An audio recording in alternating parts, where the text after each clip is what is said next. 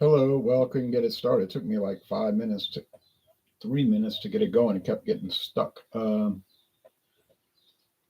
Microsoft problems lately, I've noticed. Could be some kind of thing going on. Anyway, I've got two blended whiskey products. This is a true blended whiskey. This is Brook, Kentucky blended whiskey, introduced in 1891. They always have the government inspector's picture on the bottle. Kentucky whiskey of noticeably finer taste with a special smoothness and mildness, which are the result of masterful blending. Well, I don't know about all that, but it's a 40% alcohol, 80 proof, Old Sunnybrook Distillery, in other words, Beam Suntory, or James, as it's called now, James B. Beam Distillery, Distilling Company Limited, James B. Beam Distilling Company, a subsidiary of Beam Global. Try to get it right. Suntory Global Spirits. Suntory Global Spirits subsidiary, James B. Beam Distilling. Okay. They don't list it on the website anymore. They used to put this on the website and brag about how great it was, but not anymore. They're lower end products. They just ignore them, although they still produce them. I bought this in Beaumont, Texas in 2020, right when the scamdemic was starting.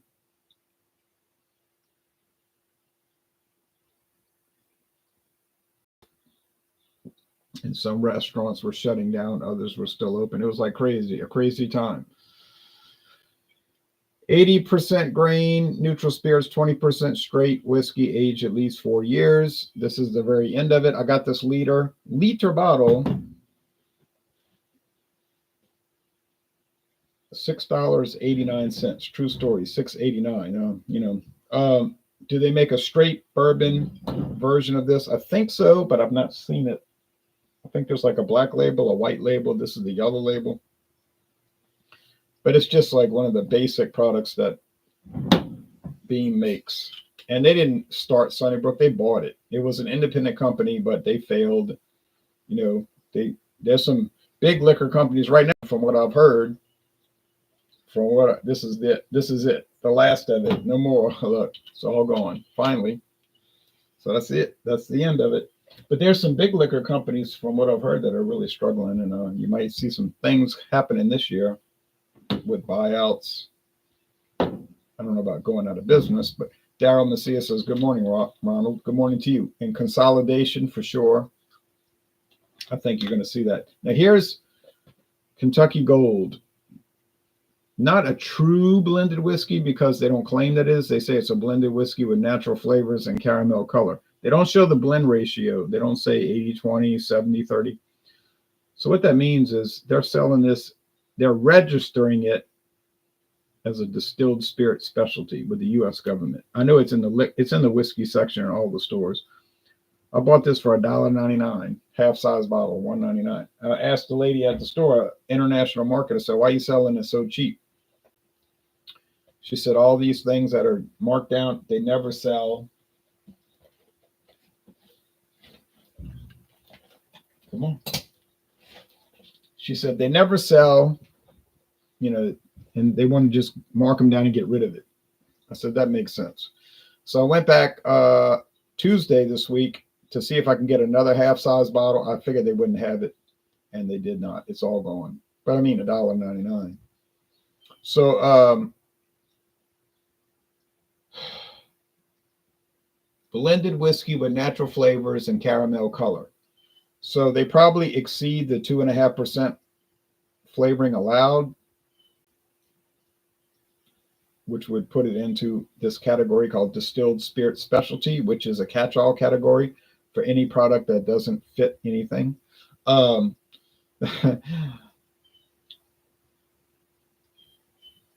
they don't have to show the blend ratio there. But they do. But the interesting thing is they do have to tell you if they're adding flavoring or coloring. And so they're adding flavoring and coloring. Now, contra-wise, an American blended whiskey is allowed to have flavoring and coloring added. Doesn't say that on this bottle. And they don't have to tell you that they put it. Does not have to be listed. Has to be natural flavors. And it cannot to, it says NTE, not to exceed 2.5% of the volume. Okay, so that's the difference. Is there a great difference overall in the final? In the final analysis, is there a great difference? No, not really. They're both low shelf and cheap. Daryl Macias says, "Good morning, Ronald. Good morning to you, Daryl. Must be a circus in and around New Orleans at the moment," says Joe Hill. Yes, in many ways. In many ways. This one is a little low. I don't want to look and see what it is because it's going to give it away. They're both amber. Let's just say clear amber. Beam Distilling Company, but they don't put it on their website anymore. Heaven Hill, they don't have it listed at all, even in their product specification. So it may have been discontinued, actually. I don't think it has. In my thinking, it has not been discontinued, but for whatever reason, they don't want to list it, but I don't know that. Bottom shelf is mixer material only. Yeah. Yeah, and then here I am doing the taste challenges, right? But, I mean, I know what I'm dealing with. I know what you're saying. I get it. I agree with it.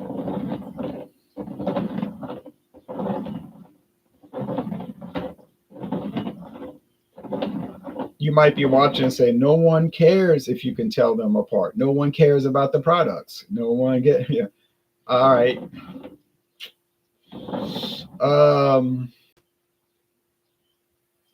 Yeah, I go along with that.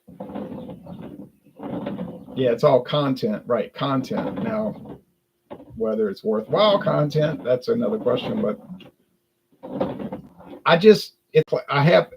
you might have noticed that in the last year, I've been slowly phasing out the lower shelf products. You say, yeah, but it's going to take like 12 years to phase them out. Yeah, I know, but they're slowly, you'll notice they're slowly going away for whiskey, especially. So there's going to be a slow climb up the ladder. Might take 40 years.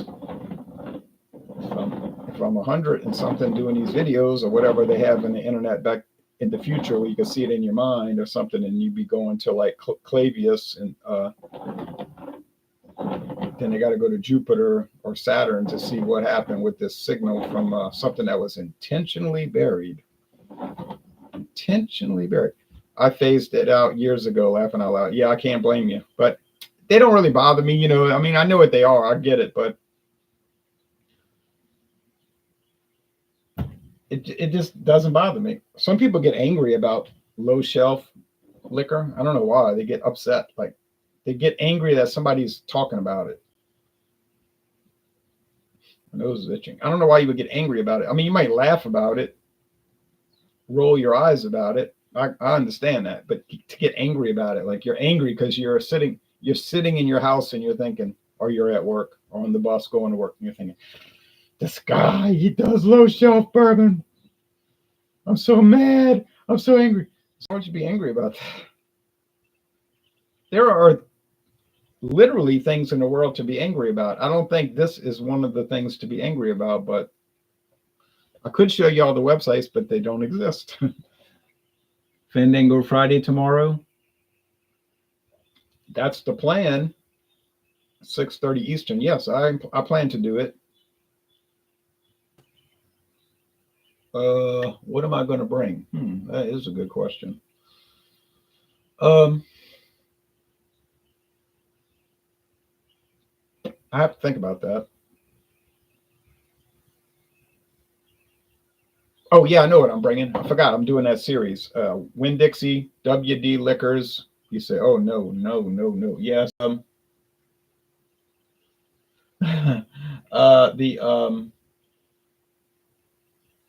I did the gold rum, right? So I'll bring in the silver rum. Or did I do the silver rum and bring in the gold? I think I did. I'll check back. I'll check last week's. Doesn't matter. It's actually pretty good. Now I can make little jokes. We can all make little flip jokes, say LOL, laughing out loud and all that. We can have fun with it. But actually, the Winn-Dixie rum is better than you would expect. It's like it's not rum with natural flavors, carrot, you know, whatever color and all. It's like actual rum. Um, I'm not gonna sit here and pretend that it's great. Yeah, Winn Dixie, laughing out loud, right? WD Liquors. Have you ever had Schmidt beer? Yes. I've got some on the shelf up on the top. You can't really see it because my hand, well, the screen ends. But I've had Schmidt. Bought some in Trevose, Pennsylvania a few years ago. I liked it. I didn't do a video because it was, I say a few years ago, before I started doing it. It was like a couple of months before. I liked it. It's made by Pabst, or oh, I'm sorry, owned by Pabst. They don't make anything. They just contract it out. But I tried it in 1996 in Minnesota, and I tried it in Trevose, Pennsylvania, on United States Highway 1. I was pleased with it, but yeah, I've never seen it in Louisiana. You saw a 30 pack the other day at the store. Yeah, you should buy it if it's still as good as it used to be. Kind of a rust red looking can with a fish on it. Some kind of nature scene. Deer, fish, turkeys, wild turkeys. Okay. Yeah, smell like same old thing, regular old whiskey. This doesn't actually smell like the same old thing. This smells like whiskey with vanilla in it. Yep, red with a pheasant. They probably got about 12 different labels and they just change them up every now and then. Different nature scenes, which I like. I like it. I've got cans over there. I've got bottles up there. I got cans in the other room. I'm glad I bought it on those road trips. Bought Peel's draft style, not draft beer, but draft style. Hold on a second.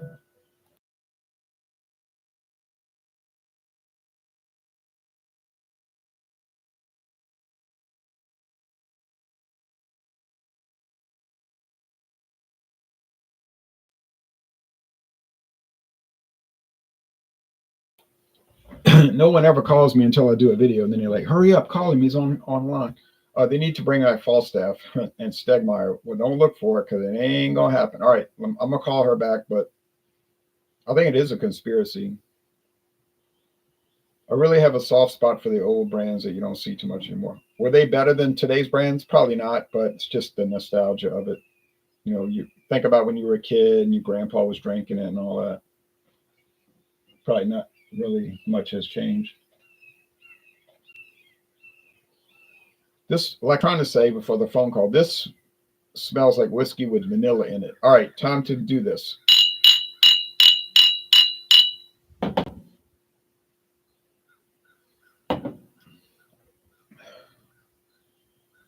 See, I remember this tasting like nut oil, pecan oil, walnut oil. Uh, to me, pecan and walnut. That's the two nuts I'm thinking of, pecan and walnut. And when I bought this in Beaumont at Red Dot Liquor on United States Highway 90 business route eastbound, in case you want to know, the girl says, the girl at the counter, the cashier said, this is 5 years ago, almost 5 years. I never seen anybody buying this. And I'm thinking, and I told her, yeah, I believe that. I believe that. But there it was in all its glory. It's $6.89 a liter. Yeah, it's the kind of thing that nobody buys. I mean, it's on the shelf. You might have one person a month come in there and buy a bottle. That's if you're lucky. And returnable bottles. Yeah, we never really had that in Louisiana. Returnables deposit too much. In some stores, yeah. If they were part of that thing where they would take the bottles back and wash them and refill them, yeah. But otherwise, they would just throw them in trash.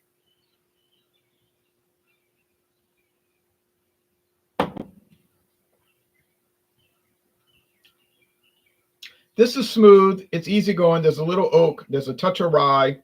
There's vanilla. Yeah, it's probably the case where this one, they added more vanilla than they're allowed to add to be a whiskey, so-called. And so they're registered as a distilled spirit specialty, but they still sell it in the whiskey section. And then, of course, the bottle says, sorry, I got it backwards, blended whiskey with natural flavors. So People used to put cigarette butts in them and all. Yeah, I know. Spit on them with tobacco, and you see that's really disgusting. You go to a baseball game, you see people sitting there with a bottle, and they're like, I'm like, yeah, I'm sorry I saw that.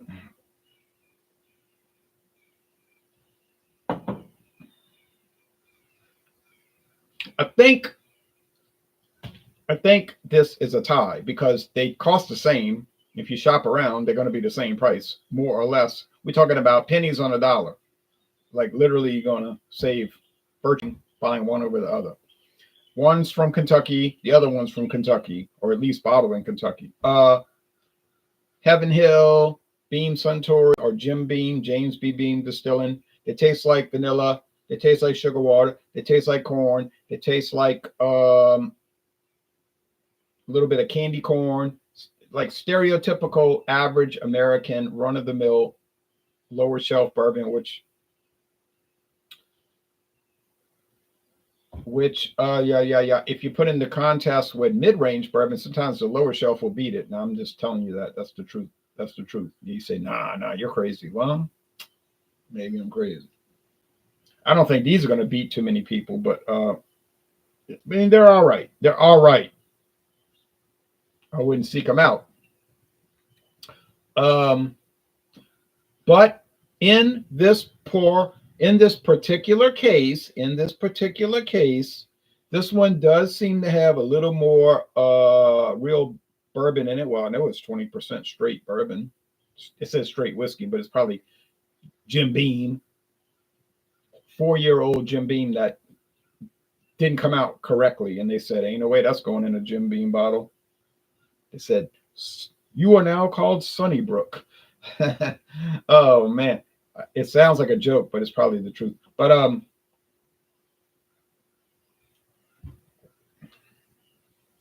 doesn't really taste off or anything. You say, yeah, because they jacked it up with some oak extract and some vanilla. Probably.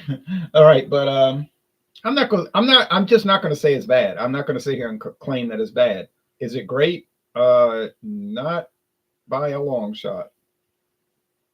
Is it nasty or off? No, it isn't. Is it tolerable for, like somebody said at the beginning of the video, these are mixers? Oh yeah, definitely. It's not a sipper.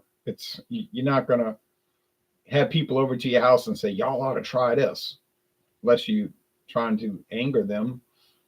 But I'm gonna say this is the Sunnybrook. I'm not in love with it. It's all gone now, and I'm not gonna miss it. I will definitely not miss it. And I've never seen it in Louisiana either, by the way. And unfortunately, this is the Kentucky Gold, which puts me at 2 wins, 1 loss, which is irritating. Not that I was under any illusion that I would get it 100% correct, because I was not. So I got this mixed up. Did I think Kentucky Gold was going to shine in this challenge series? No. Did I think it was going to fall flat and be easily defeated? No. Did I think it would taste more or less like the rest of the ones I have, except for Seagram 7 Crown, which it'll never beat that?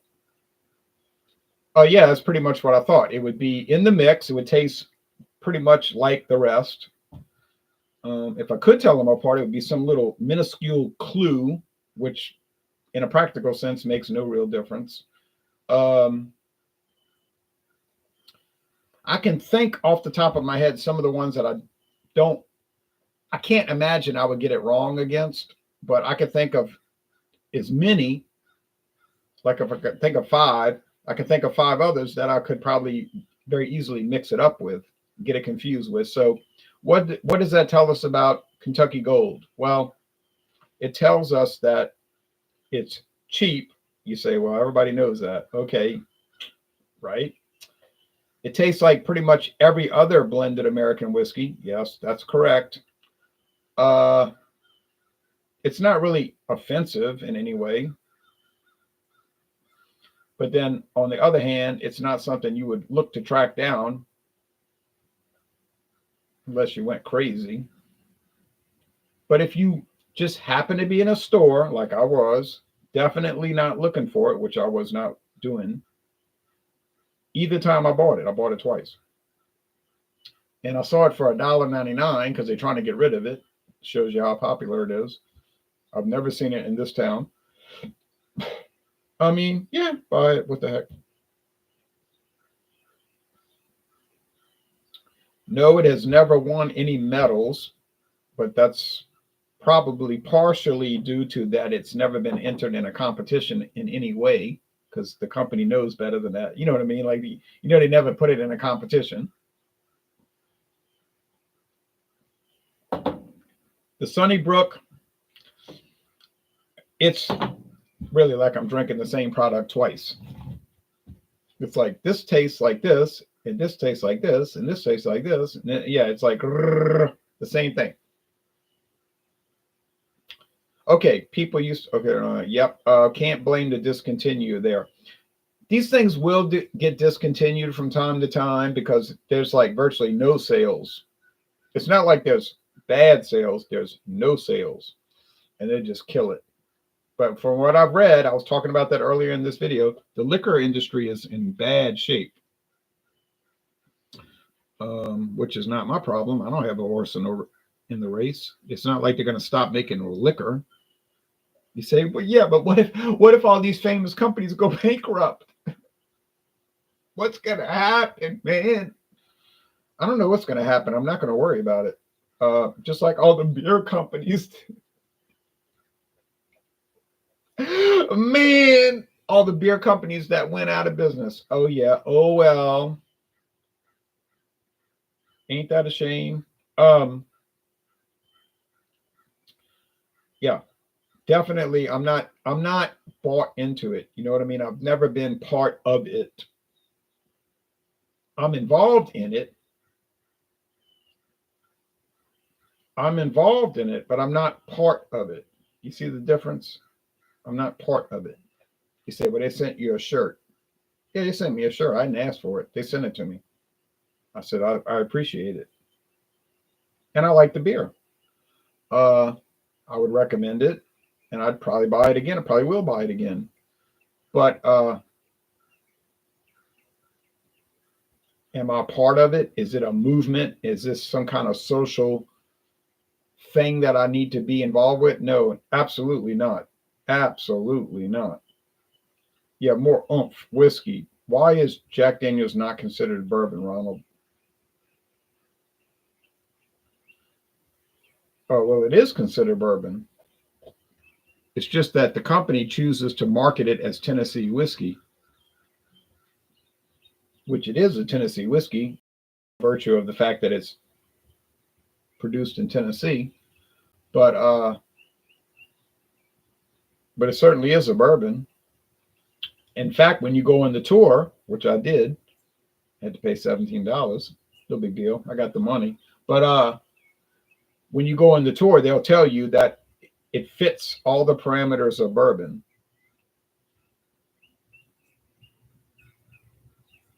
In other words, everything about Jack Daniels makes it a bourbon. But yet they choose to call it a Tennessee whiskey, which it is a Tennessee whiskey. It's a Tennessee straight whiskey, aka a bourbon, a straight bourbon. And it is a sour mash, right? Yeah, right. It's how you want to market it.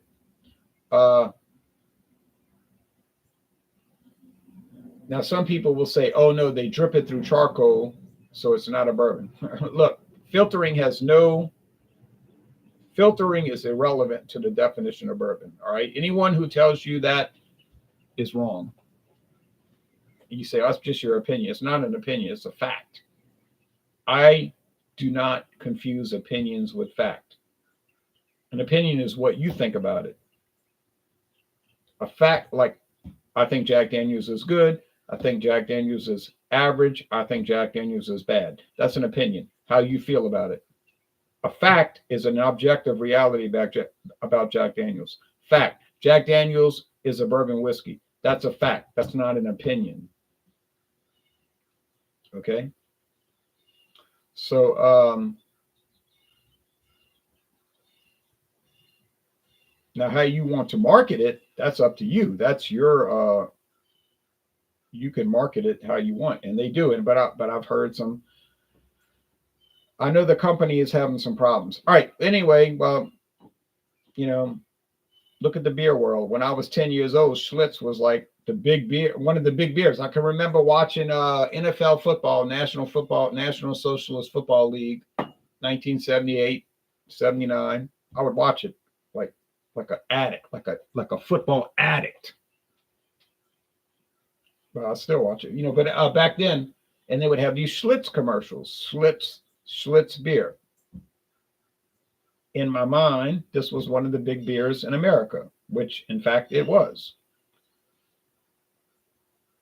And if you went to any bar, any store, any restaurant, people would be drinking Schlitz. All right. So that changed. Now here we are 45 years later. Things have clearly changed. 46, 47 years later. And but I'm just watching it like I'm watching it now. It's like this is passing in front of me. I'm watching it. Oh yes. Now Jack Daniels is a premier product. Could that change? It could change because it happened with, like I say, Falstaff, Schlitz, and anything can change. Anything can change. All right. So many new offerings too at Jack Daniels. Yeah. But what I've heard, they don't really make money off of those. Like the profit margin on those is narrow or maybe not nil, NIL, nil. They do it because people like these rundown liquors. They got, oh, I gotta get the Jack Daniels Japanese thing and all of that. But the cost of production might outweigh what they make off the sale. So really the big money comes from the sale of regular old Jack Daniels, not these specialty things. But you have to do it. Brown Foreman, right. Who owns Schlitz now? Pabst. Pabst bought Schlitz in 1999. Coy Hill, pretty much popular currently, I hear. Coy Hill. Yeah, I don't know what that is, but I would try it. Keep on trucking, Mr. T. Thank you, Craig. Well, Craig's been a long-term supporter.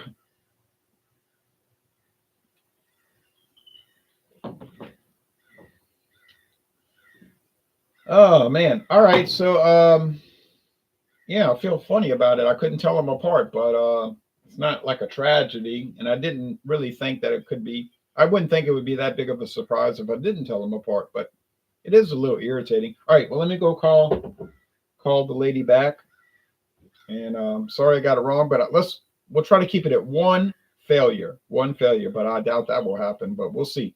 We'll keep it at the goal, one failure. But didn't Anheuser-Busch buy Pabst? No. They made a production agreement with them. Burley Seldman says, you. Cheers back to you.